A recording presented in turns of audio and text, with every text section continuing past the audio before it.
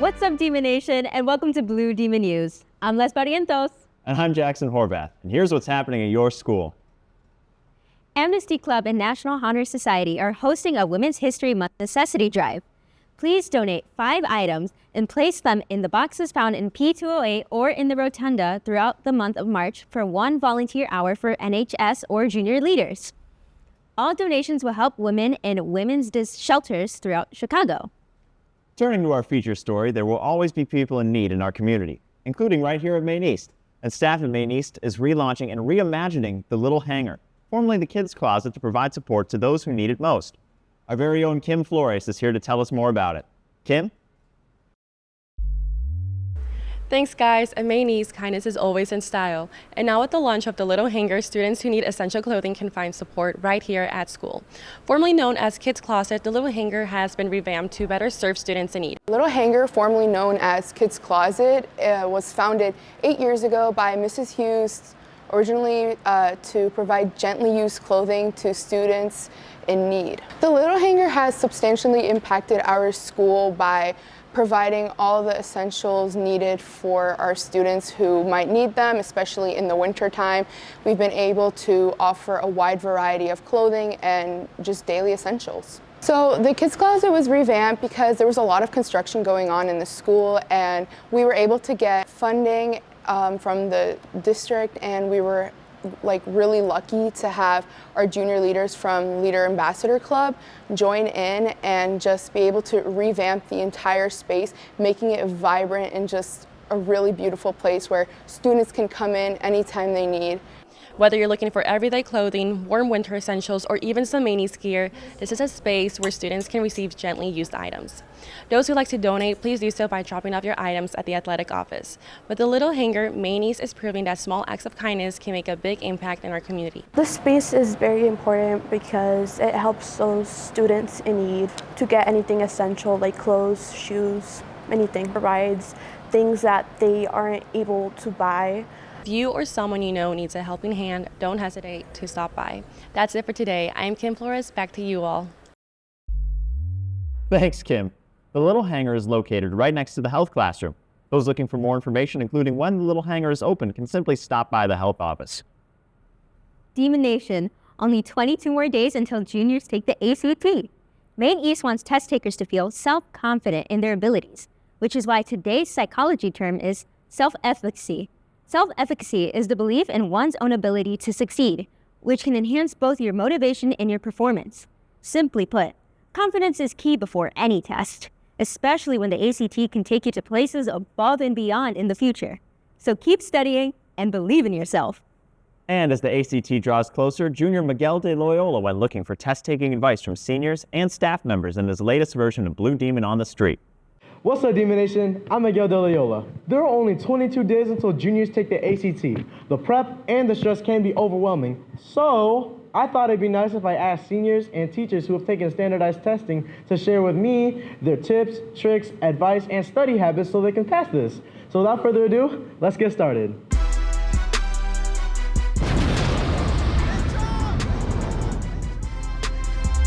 Who am I here with?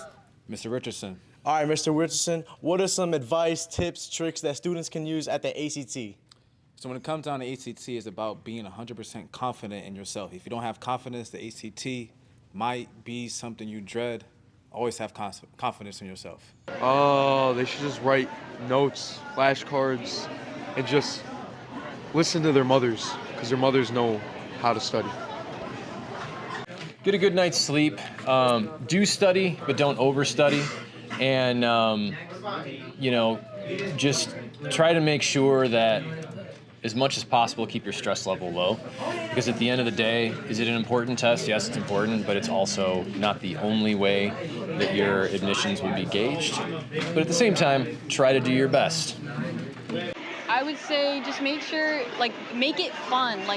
Try and romanticize, make yourself study, hang out with friends, go to the library. It actually will matter. Your test scores will matter on your college applications, and the work that you put in now is going to matter at the end. So I took the SAT, so I have nothing for you. So my tip and trick is to just pick one letter and answer every question with that letter. It worked for me. I got a 1290. Oh, definitely just relax. You are ready for the ACT. I would say review the answers carefully. Use the tech tools. Remember, the ACT is virtual or digital this year, and so they have some great built-in tech tools. So be patient, follow the directions. Most importantly, in advisory the next 2 weeks. This past week you got some tips. You're going to get even more tips next week. So after these 2 advisories, you should be good and ready. Grab yourself an energy drink and start studying. And then the night before the test, get a good night's sleep, because if you haven't learned it by then, all you need is some good rest the night before and get some energy out in the morning and go in and take care of business. All right, Mr. Bennett, that was great. Hey, I got another follow-up question. What was your score in the SAT?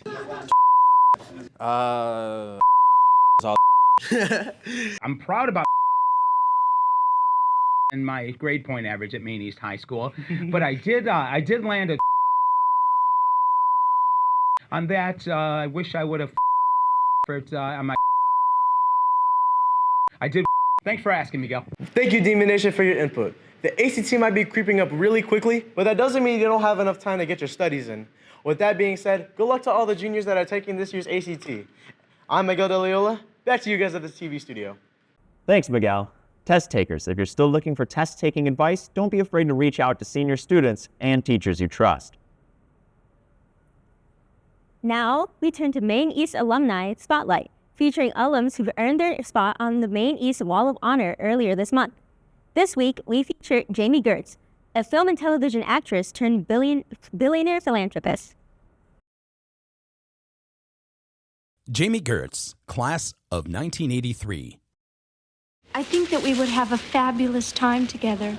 You, me, us. What do you think?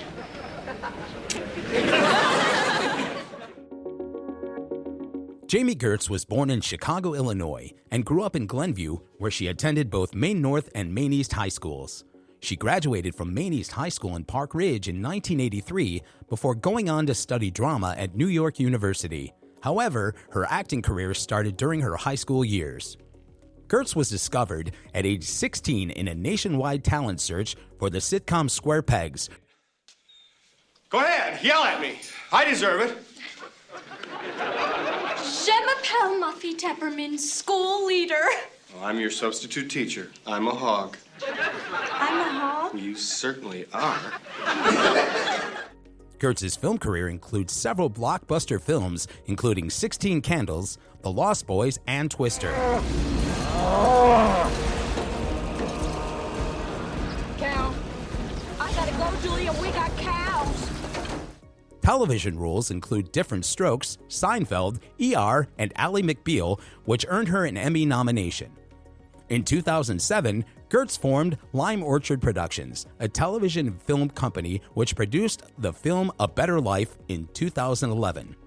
The film went on to earn actor Demian Bashir a Best Actor Academy Award nomination. In addition to being a distinguished actress, Gertz is also a committed philanthropist.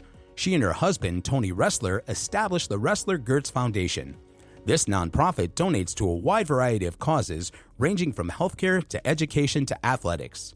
In 2020, Ressler Gertz contributed $5 million to the Herman J. Russell Center for Innovation and Entrepreneurship, the largest nonprofit center for Black entrepreneurs in the nation. We are pleased to welcome Jami Gertz into the Maine East Wall of Honor.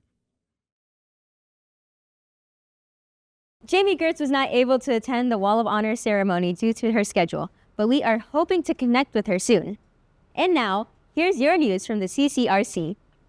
Summerfest, Job and Volunteer Fair, will be at East right after spring break on Wednesday, April 2nd during 5th period lunch. Many businesses, companies, and organizations will be in Center Court that day, hiring for summer jobs or volunteer positions. Scan the QR code or to bit.ly/East, capital J, capital V, Fair 25 to see who's coming. Hopefully you'll attend one of the resume workshops with Ms. Economos during the month of March. Resumes will be printed on April 1st, so you're ready for the job and volunteer fair on April 2nd. Please G-chat Ms. Economos if you need copies of your resume. Next, we turn to sports with Katie Hill. Katie?